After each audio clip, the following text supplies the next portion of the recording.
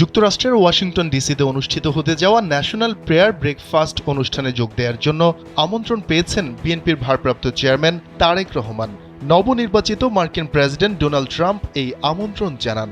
এই তথ্য নিশ্চিত করেছেন বিএনপির চেয়ারপারসনের প্রেস উইংয়ের সদস্য Sairul Kabir Khan.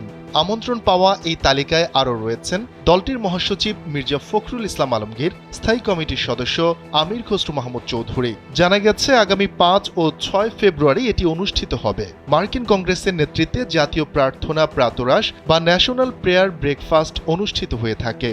National prayer breakfast ইভেন্টটি মূলত খ্রিস্টান ব্যক্তিত্ব, পাদ্রী, নির্বাচিত কর্মকর্তা এবং উদ্যোক্তাদের একটি সমাবেশ, যা সাধারণত ফেব্রুয়ারির প্রথম বৃহস্পতিবার ওয়াশিংটন ডিসিতে অনুষ্ঠিত হয়। বার্ষিক অনুষ্ঠানটি প্রথমে প্রেসিডেন্সিয়াল প্রেয়ার ব্রেকফাস্ট নামে পরিচিত ছিল।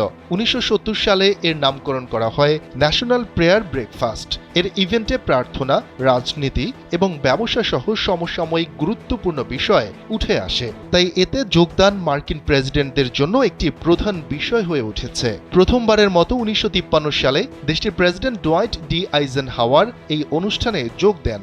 পরবর্তীতে উত্তরসূরিরাও তার পদাঙ্ক অনুসরণ করেন।